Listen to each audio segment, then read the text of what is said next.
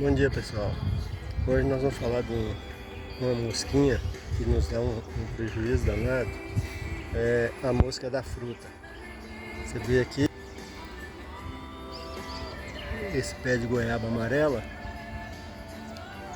Todos os frutos estão acometidos pela ação dessa mosca.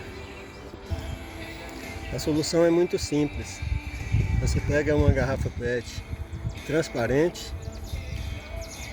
aí você faz 4 furinhos pequenininhos na parte superior dela e coloca um pouco de suco de laranja no fundo.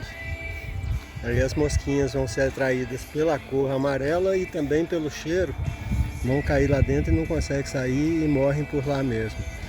Isso a gente fica livre de uma praga que infesta toda a nossa fruticultura.